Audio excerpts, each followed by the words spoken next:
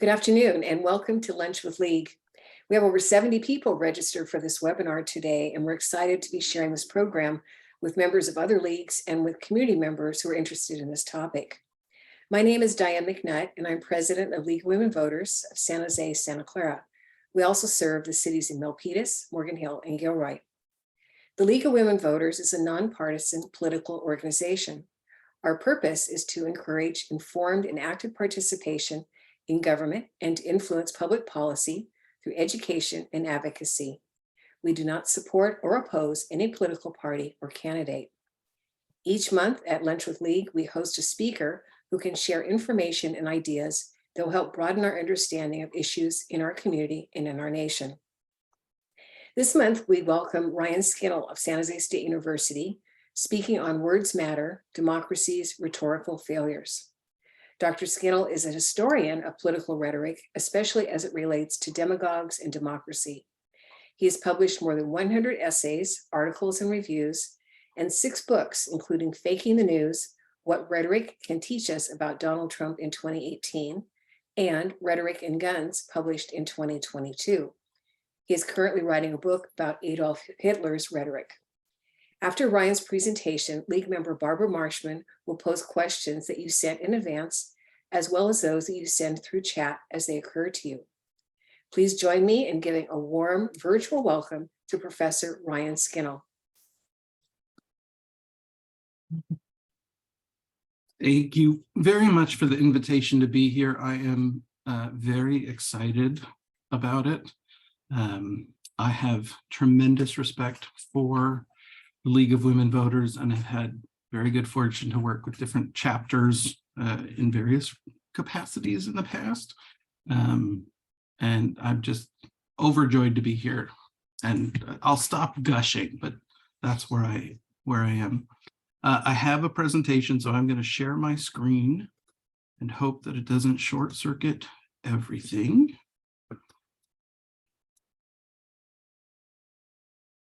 All right. As Diane introduced today, I'm talking about Words Matter, Democracy's Rhetorical Failures. I am a historian of political rhetoric, and in particular, I'm interested in democracy and democratic rhetoric, how we use rhetoric and words and language to constitute democracy. And I'm in particular interested in the ways that it falls apart. So I've written about fascists, I'm writing about Nazis, writing about demagoguery, all sorts of fun things. So I figured I would start with one of my very favorite pieces of art, Jose Clemente Orozco's The Demagogue. He's a Mexican artist and painted this in 1946 at an auspicious time in world history. To begin with, I'm going to lay out some of the important concepts that I think are useful to understanding the larger issues that I'm going to be discussing. So first and foremost, it's important to know that the United States was founded in the 1770s as a deliberative democracy, which means that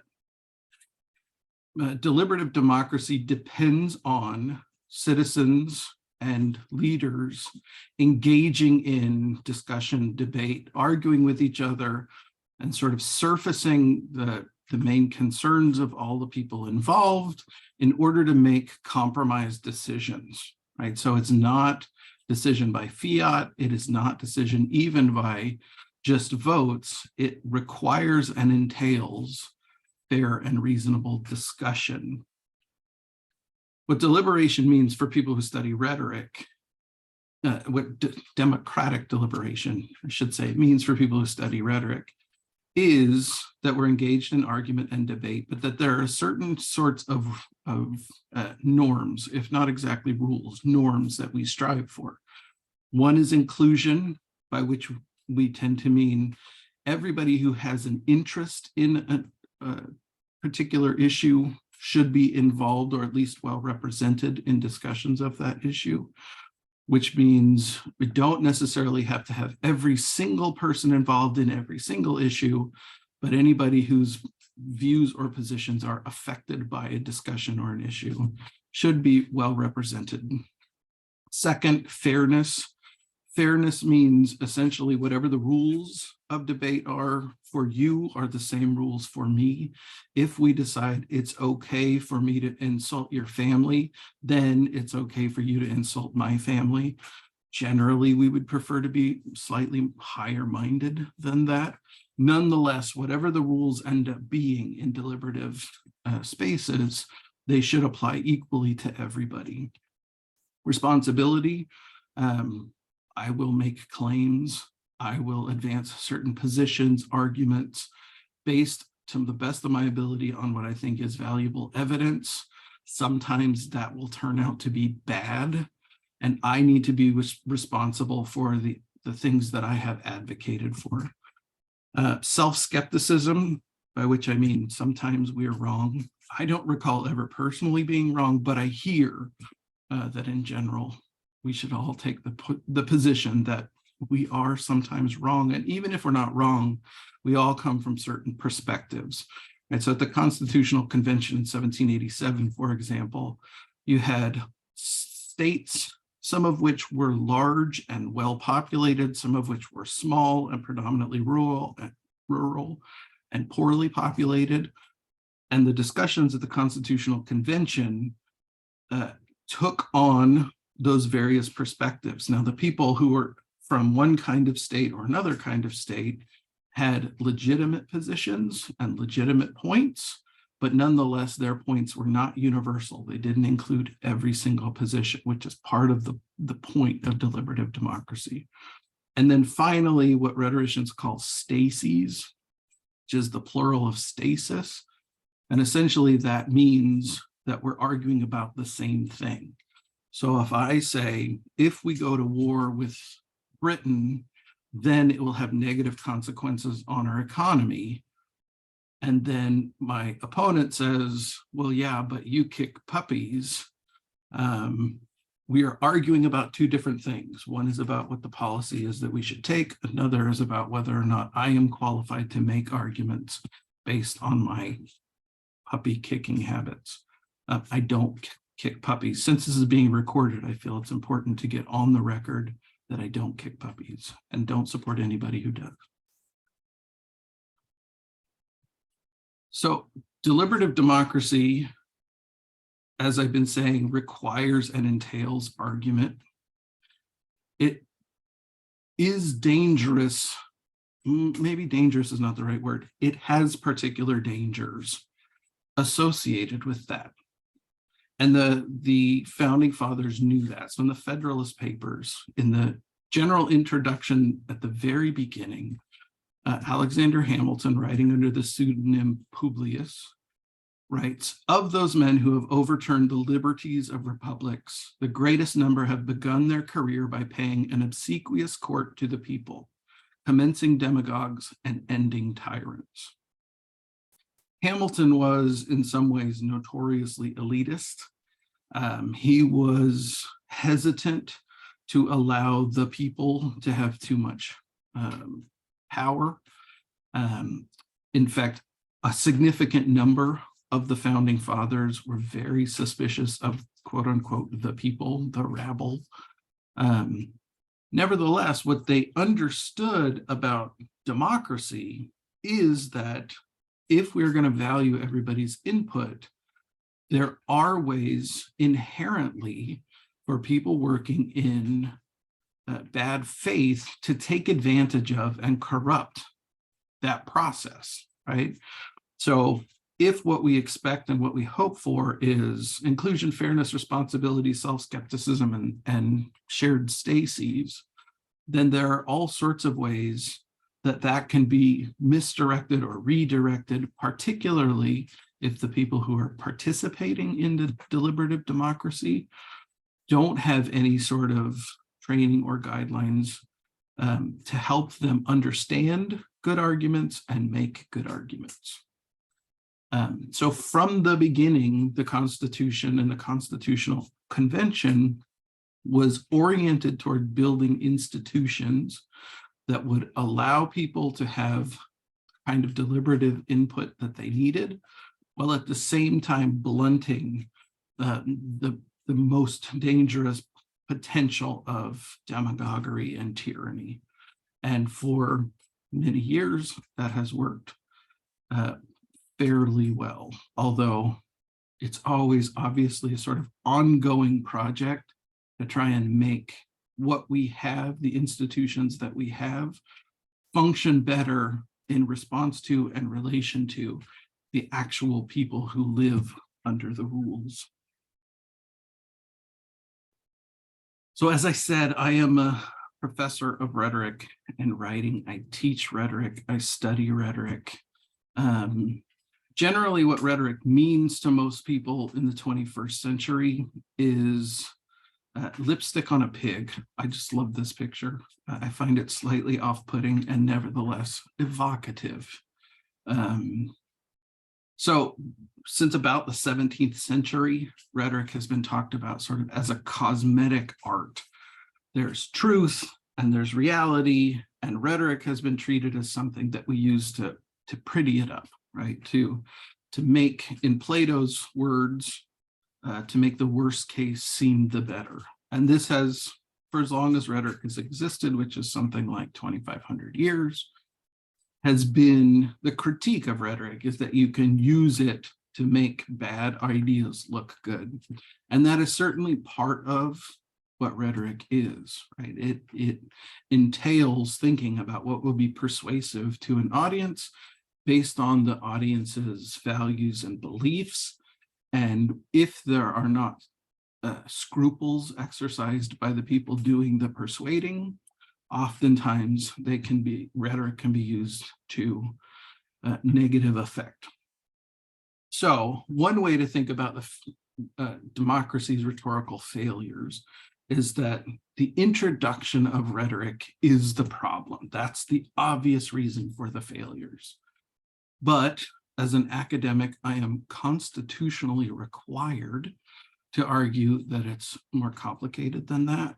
And so I shall. Rhetoric, as I said, is about 2,500 years old.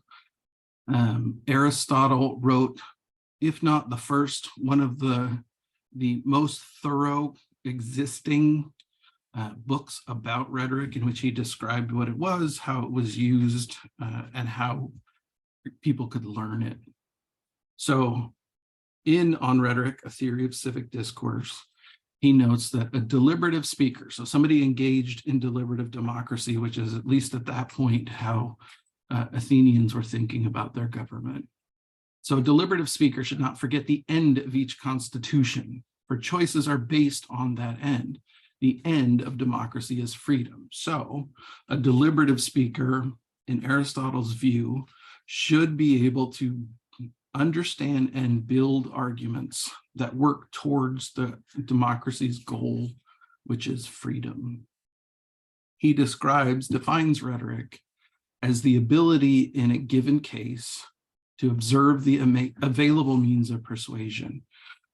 So for Aristotle, and for a lot of rhetoricians who came after him, what rhetoric did was twofold. Number one, it was an analytical art, which meant that it could be used for people who learned it and practice it.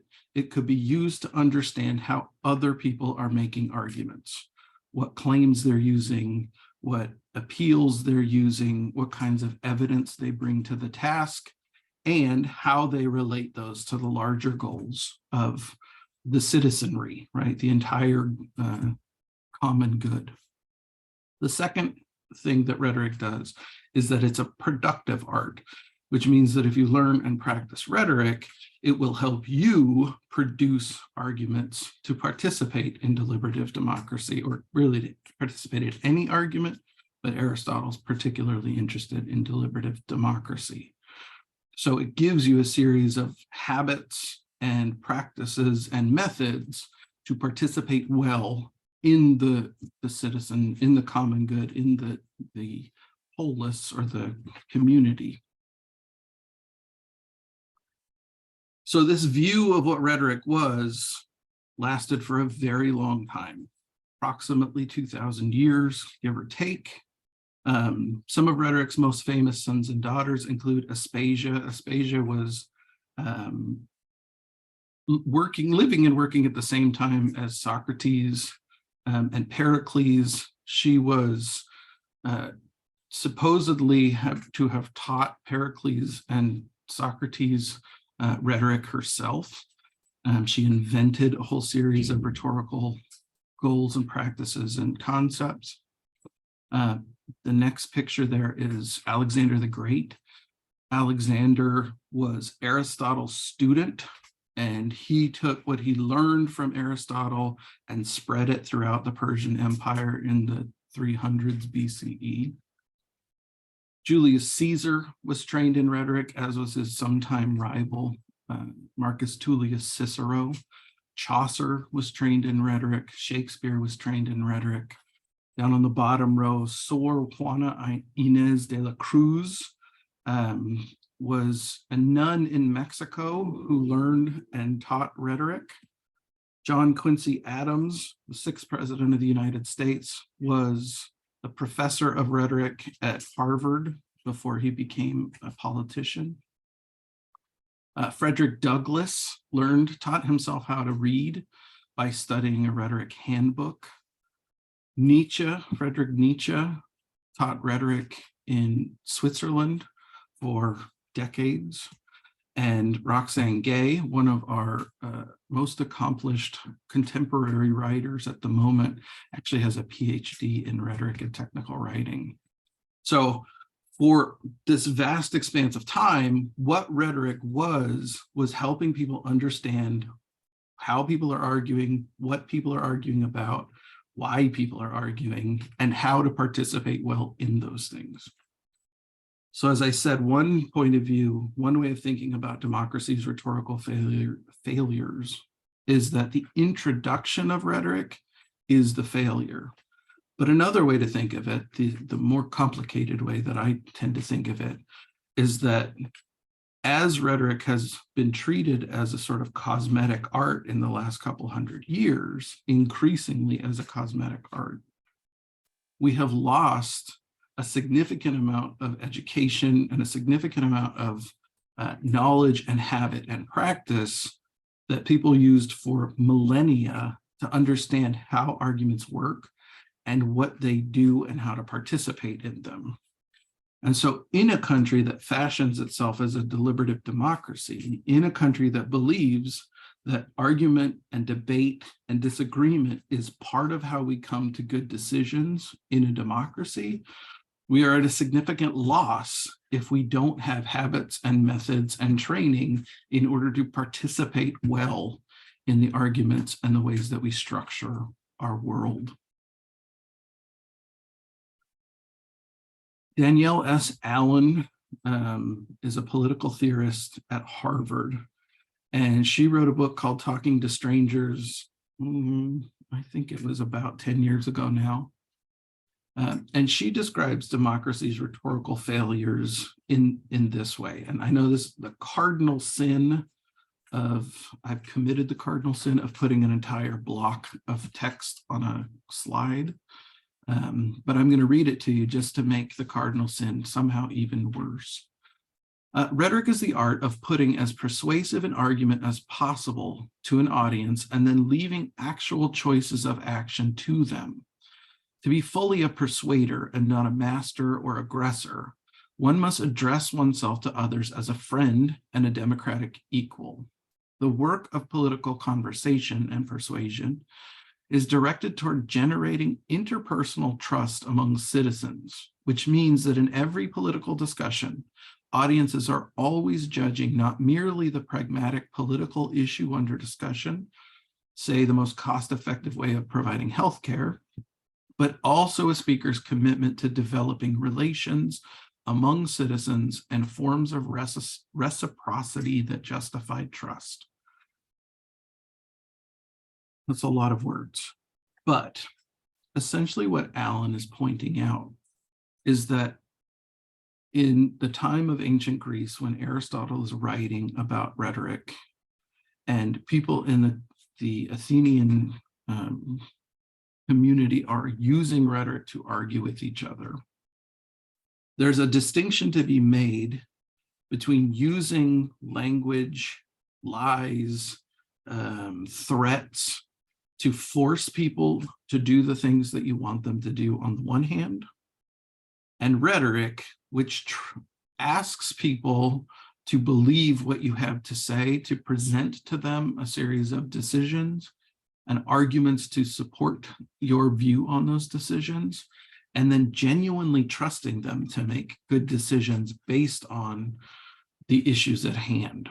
It requires, for Alan, it requires that people treat one another, even their opponents, as if they are intelligent, as if they are thoughtful, as if they have the best intentions for the best outcome. It requires that we put ourselves as speakers and citizens in the relation to other people, even people that we disagree with, right? One of the central challenges of deliberative democracy is that everybody is supposed to be involved, everybody is supposed to be well represented. And that means that if we don't understand rhetoric and how rhetoric works, if we don't think of it in terms of our responsibilities to people, including those we disagree with, it's easy to fall into the habit of anti-democratic thinking. So, for example, any given day of the week, you can look at the headlines, political headlines in particular, and find somebody saying that the people that they disagree with are stupid, uneducated, unfit to lead, unfit to make decisions, that we should isolate some people and leave them out of the decision-making process because they're not experts or they don't have enough knowledge to participate. On the one hand, there's a certain case to be made for expertise. And in fact, expertise is an important part of decision-making, particularly for groups of people as large as America is. On the other hand, the urge to rule some people not qualified is in fact directly opposed to what democracy's promises are. And we find that if we look back over rhetorical democracies and democratic rhetoric over the last several thousand years, a couple thousand years, that often the urge or the habit towards those sort of alienating or isolating moves often results in the kinds of distrust and disaffection that undermines democracies over time. And so participating in rhetoric, participating in democracy means arguing for the rights and the responsibilities of people you disagree with and holding ourselves to certain rights and responsibilities, even when we feel like fighting for them might in fact be to our benefit, and we can sort of set aside the negative effects it has on other people. So I have laid out for you a whole series of arguments about what I think is valuable, what I think the failures of rhetoric and democracy may be. And now it's important, I think, to establish some solutions, right? The solutions are easy. Build democratic trust with opponents, easy. Develop relations and forms of reciprocity that justify trust. Fine, good. As I said before, I think everybody, if we take for granted that everybody is working to what they see as the best outcome in the decisions that they make, including people who are themselves attempting to undermine democracy, then what we have to be able to do is understand why people are find that appealing, right? And we have to be able to understand how we might contribute in ways to thwarting anti-democratic rhetoric. What we have seen in the last 15 or 20 years in increasing measure, and this is an international thing, arguments against democracy, about democracy's inefficiencies, about democracy's inability to maintain relations in the 21st century, given the global reach of communication and politics, have resulted in a series of backsliding democratic values around the world. In fact, I just read yesterday that more than a quarter of the world's governments at this point are considered authoritarian, or at least leaning into authoritarian values, after a long period in which democracy was on the rise and had not backslid in any significant measure, at least not to the degree that it has in the last 10 years since World War II. So some of what needs to happen in building trust with opponents and developing relations has to happen out of the government. And in some ways that is happening with the current administration, right? So the efforts to pass the COVID relief and make it possible for people to stay in their homes, and for people to pay their rent, and for people to not be hamstrung by large student loan payments while they are out of work, etc., has been an intentional effort on the part of Joe Biden and other Democratic lawmakers to make the values, make the benefits of democracy more widely available to Americans of all sorts, right? So in some ways, this is happening. In California, there is a continual effort on the part of the governor, for example, to make COVID payments to people who are under a certain line, a poverty line, right, income level, in order to allow them to buy food and pay rent and those sorts of things. So there are efforts underway to make democracy's benefits work for larger groups of people. And our elected officials have to continue to do that if American democracy is going to stay healthy and going to stay safe. But, as I said at the beginning, in the constitutional conventions, bearing in mind that the founding fathers knew there were real dangers to deliberative democracy, they developed institutions intentionally to head off some of the worst excesses of those dangers. One consequence that I can't imagine they foresaw is that when those institutions are working, it's fairly easy for citizens to forget our responsibilities for participating in democracy in ways that strengthen and reinforce it. We often lean on those institutions and therefore leave it to those institutions to do the work of democracy while we go about our lives, going to work and raising our families, and sort of setting aside the work of democracy that is crucial for it to continue to exist.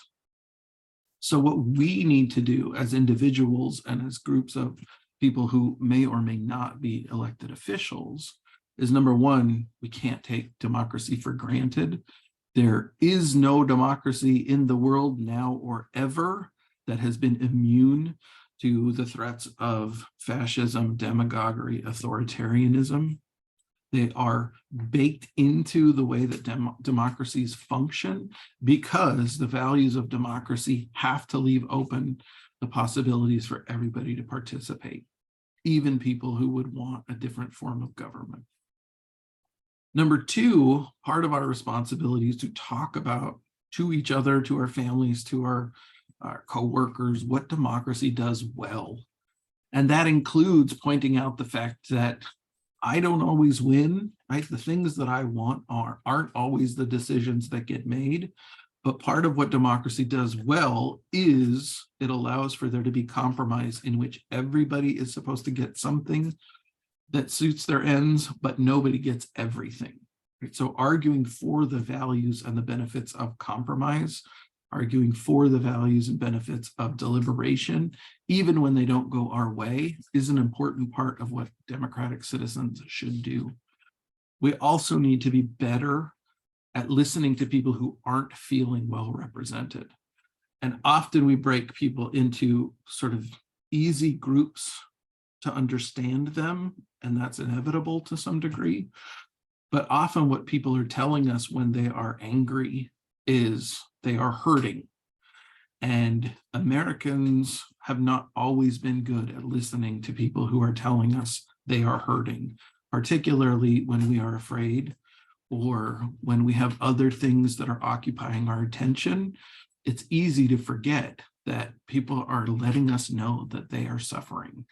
And it's easy to try and talk them out of their belief that they are hurting, and instead demonstrate to them that we know better, that in fact we have the right way of thinking, and if they would just go along with it, they would be happier in the long run. Sometimes that's true, but sometimes what that does is just ignore what is a real and genuine problem, even if it's not necessarily articulated well. Third, we need to do the work of defending democratic institutions. There has been a significant influx in the last 5 to 10 years of people who have never thought about participating in any sort of formal governance, who have decided that it's time for them to do so. I think that that's a positive thing.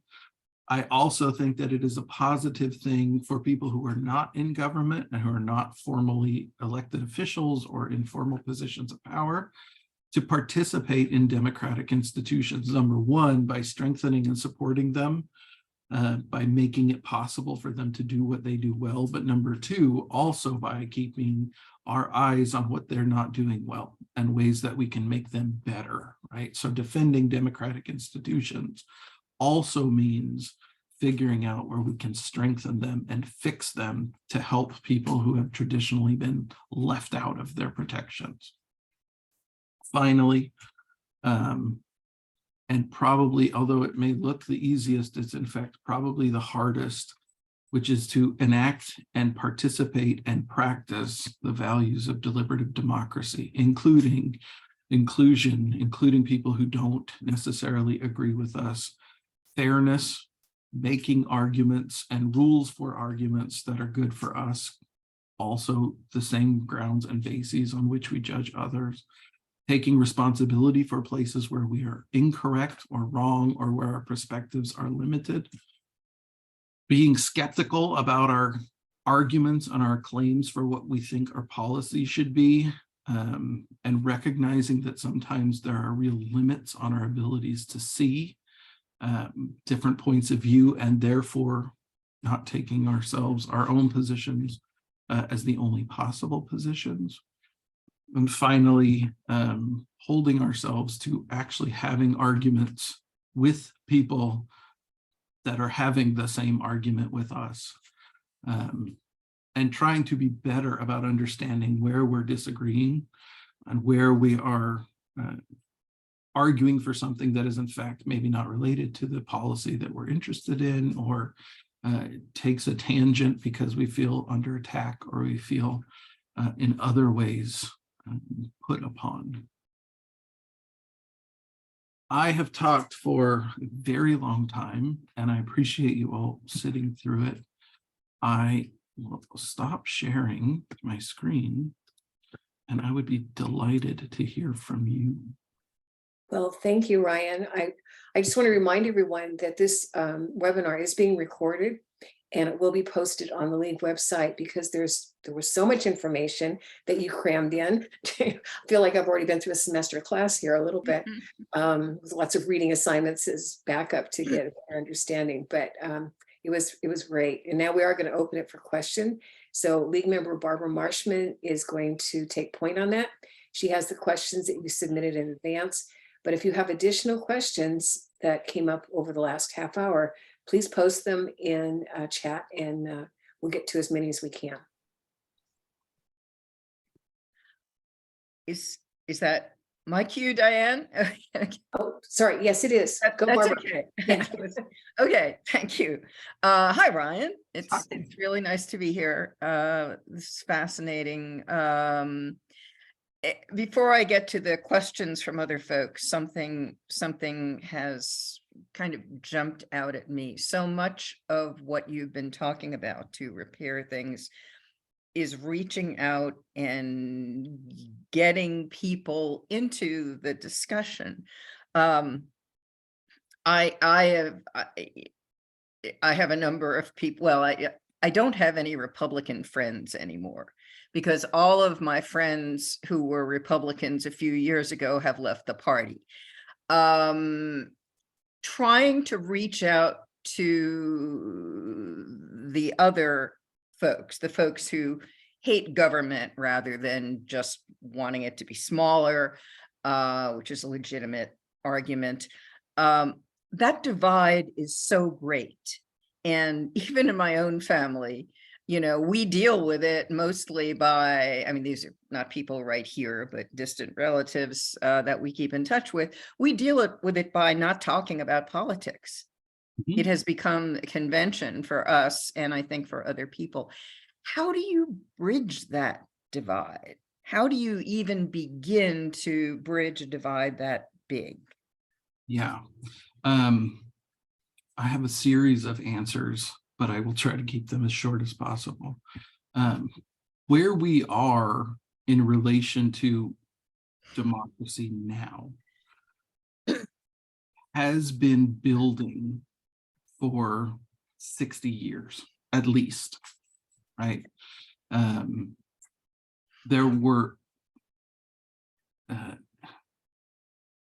intentional efforts being made in the 1920s, 30s, 40s, 50s, 60s, 70s, 80s, and so on to overthrow or at least undermine American democracy by people in positions of power, people with elected positions, people with lots of money. And that has continued apace into the current moment.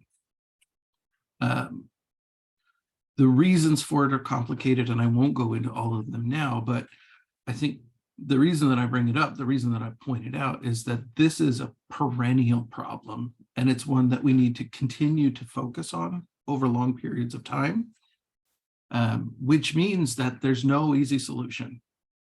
It's not going to be solved by me talking to my uncle who believes in QAnon and thinks that the government should all be executed. He's fond of talking about the blood of patriots watering the tree of freedom or something along those lines, right?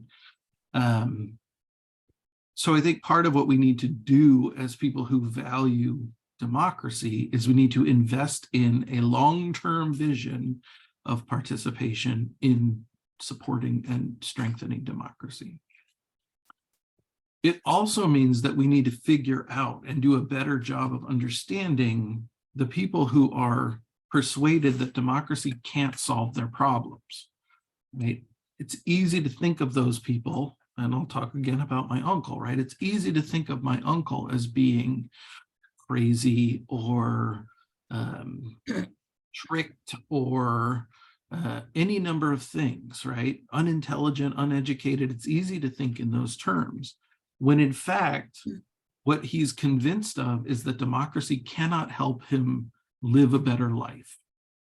And in some ways, that's the fault of lots of people, irrespective of political affiliation, right? It's about decisions that get made around housing and income and job security and people having valuable lives that they feel they have agency in.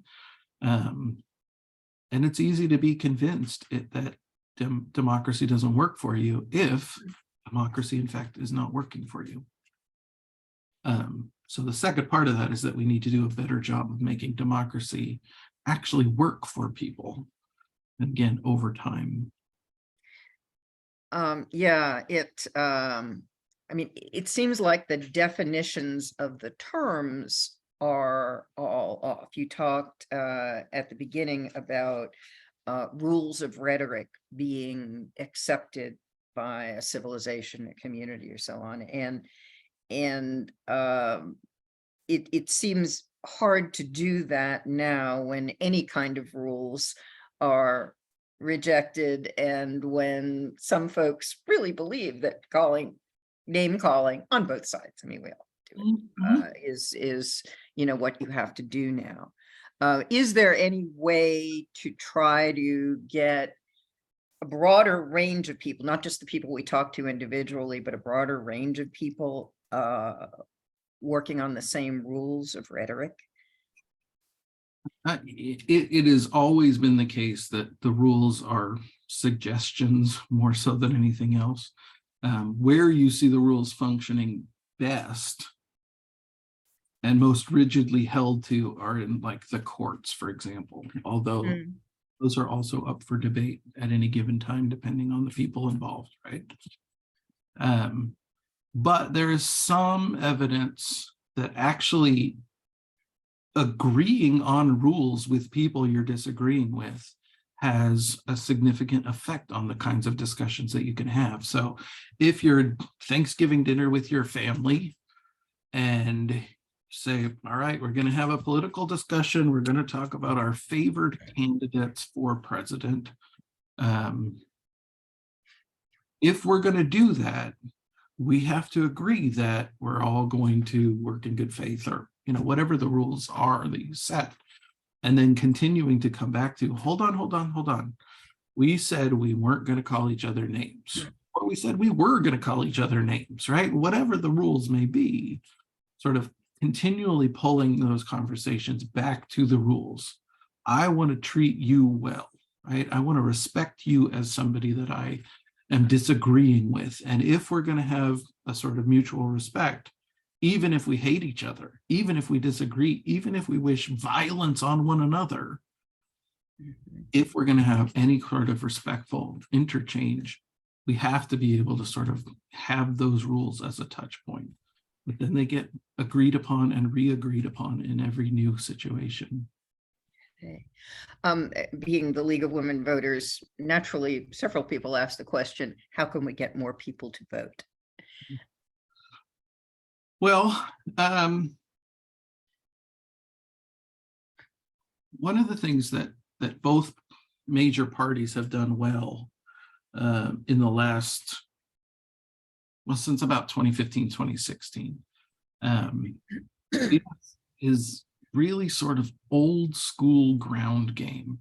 So in 2018, for example, a lot of the blue wave Democrats were swept into the House and the Senate, and I was listening and watching the returns of those elections, and over and over and over and over again, what candidates said, particularly Democratic candidates said, was, I went and knocked on the doors, right? I went house to house. I had my people go house to house, and we knocked on doors in neighborhoods we'd never knocked on doors before in my lifetime. It turns out that people who are potential voters want to be treated as if they are people whose decision-making power has some effect. And it also turns out that people who are taken for granted for whatever reason don't feel like they have any influence.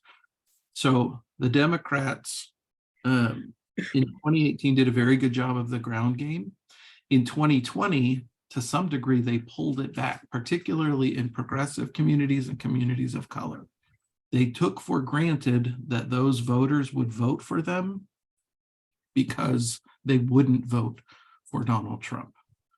And it was a much closer election in a lot of places than I think the Democrats would have preferred, in part because what they decided was they could take those votes for granted and they could focus on undecided centrists or Republicans who didn't like Donald Trump, right? That says to me, I'm not a political scientist. I don't study that kind of political engagement specifically, but that's to me that when people feel like they are being respected and treated well, they're more inclined to turn out and vote than if we just take for granted that they don't like the other guy. It's interesting. The current mayor was not well known at all when this election cycle began, and he is someone who, in his council district and then citywide, just went out and walked door to door, and I think surprised some people in districts that he was on the conservative side, although I would say he's still pretty much progressive. He won in areas that surprised some folks, although it was still a close election. But it goes to that personal contact. And is it the case that in rhetoric, in trying to turn the rhetoric, I mean, do we have a kind of responsibility to try to reach out on an individual level with people and that we disagree with? And I mean, how important is a grassroots effort, do you think, to begin to turn this? Well, I think it's really important, but I think it also part of the point that about the Democrats' outreach is we also have to maintain those relationships with people we agree with, right? That it's not good enough to just go into communities of color, for example, every 4 years and plaster them with some social media ads, and that will solve the election problem, right? It means that whatever your political affiliation, being in relation to people both who agree with you and people who disagree with you for a variety of reasons is part of what democracy requires. Right. I'm sorry. I was just going to sum up with a shrug. Okay, sorry to interrupt the shrug. Folks are asking what has changed in the last 10 years. I'm going to make the leap and say maybe that's social media. And I agree, this division started years ago. Looking back, you can see it, but it has really become more extreme with social media and with people choosing the media they're going to pay attention to. Is there anything we can do with that cat that is so clearly out of the bag? Yeah. Well, there's what I would say is good, if slightly depressing news. This, you're right, this happened in the last 10 years, is largely attributable, not completely, but largely attributable to social media and the ways that we engage with different kinds of media.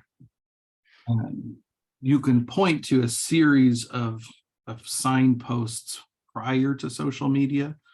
So, for example, when Newt Gingrich was elected as Speaker of the House in 1994, I think it was, in the training on the first day for the freshman Congress people, what he told newly elected Republicans was to treat Democrats as often as possible, to talk about them as often as possible as traitors, as evil, as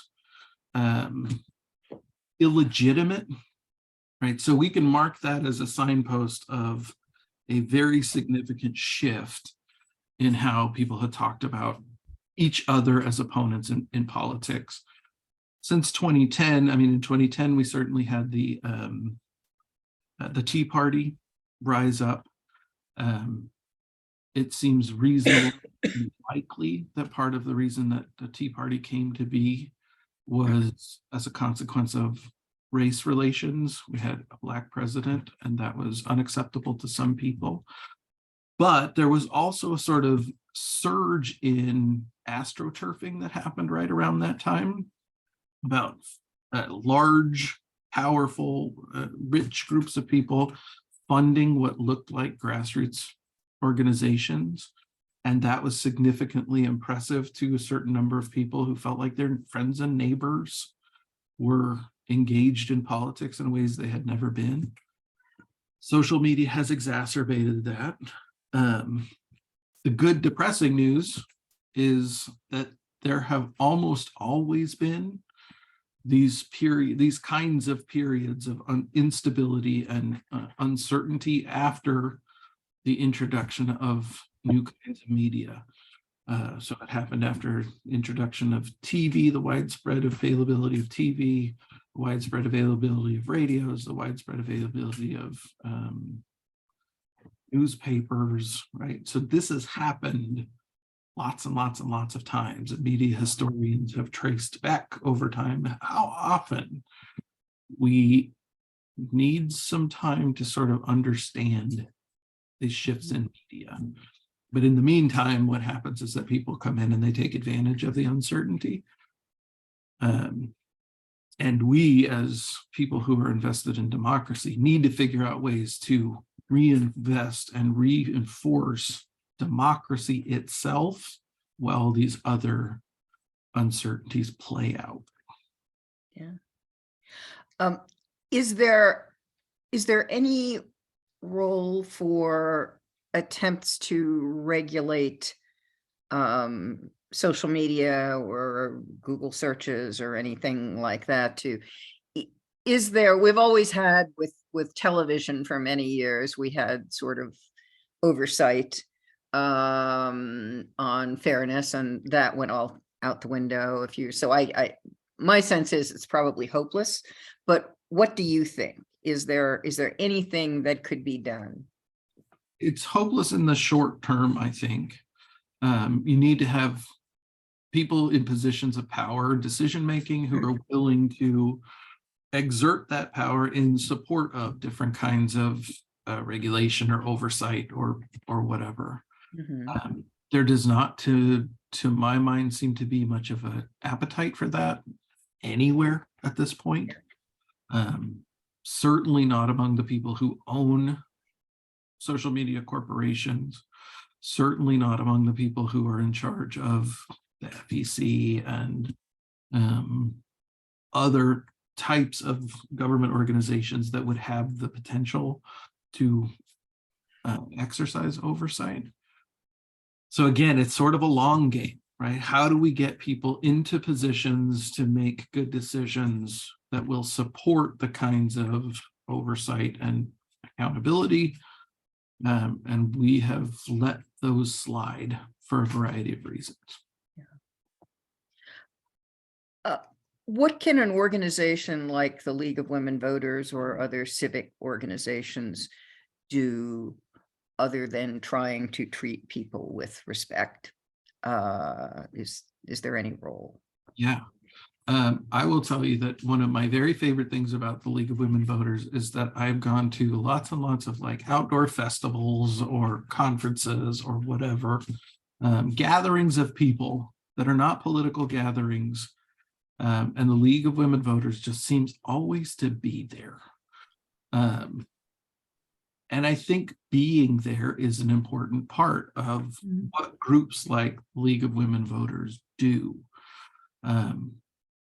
I think the League of Women Voters, in particular, not just the League of Women Voters, but groups like the League of Women Voters, could actually play a more significant role, and I don't know how to tell you how to do this, but could play a more significant role in the sort of low-level relationship building that is so important to democracy, right? So reaching out to communities of people that generally don't feel included, immigrant communities, for example, or communities of unhoused people, or communities of people, communities of color who have often felt either excluded or intentionally driven out of politics. And I think the benefit of organizations like Women Voters is that you can build personal relationships in ways that Joe Biden can't, right? He can't shake every hand. Even if he could, some people wouldn't be interested in shaking his hand, but you can meet your friends and neighbors, even the ones you disagree with, at church or at community organizations or at school, and do the sort of outreach that builds relationships that's so crucial. Yeah. there's just, I think somebody is going to blow the whistle on us shortly here, but I would just like to talk for a second about facts, and a number of our questions have kind of circled around this, but one of the barriers these days is that so many people, and not just Republicans, not just the far right, no longer really trust what we might think of as facts. Video, for instance, of an insurrection that, it is, 1 in 4 Republicans think what happened was fine. There's a baseline that is different for a lot of us, with a mistrust in science out there, and just an easy dismissal of clear evidence of something like Tucker Carlson's emails and what he says on the air, and that doesn't seem to be having much of an effect. Is there a way to combat that? Is it all part of building these relationships, or is there a way we can go at that head on? Yeah, yes and no. I mean, I think part of your point is that what's fundamental to this problem is mistrust. Yeah. So the assertion and reassertion and continual assertion of, but this is a fact.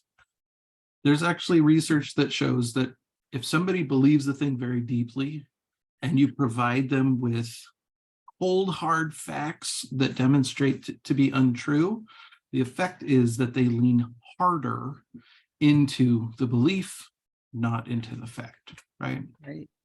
And the reason is there are so many things that we have to take for granted, right? I have not measured the circumference of the earth. I take for granted that it is round. I trust the people who have done the research to find out that the world is round. So of the vast majority of our knowledge is based on trusting people who have given it to us. We are in a period, although certainly not the first period, of significant distrust of scientists, government entities, our trust in our elected officials and our government organizations is as low as it's been since the Civil War. There's no amount of facts that fixes that, right? There is relationships, trust, belief, and part of what has to happen in that is for people who believe they have the set of facts to be self-aware that having the facts, number one, we may in fact be incorrect, right? Part of the benefit of science is that it's constantly testing itself to find out, oh, actually, we thought that was true, but it turns out that's not, right? But number two, that our facts, the facts that we marshal to our own advantage, are often very limited perspectives on the world, right? And so being sort of self-aware and skeptical of our own certainty turns out to be a really helpful move. There's Diane. Yes, you see that like the voice of doom here coming up. So the good news is that although we're coming to the end of our formal 1-hour program, Ryan has said that he is able to stay on for informal conversation for folks who would like to stay.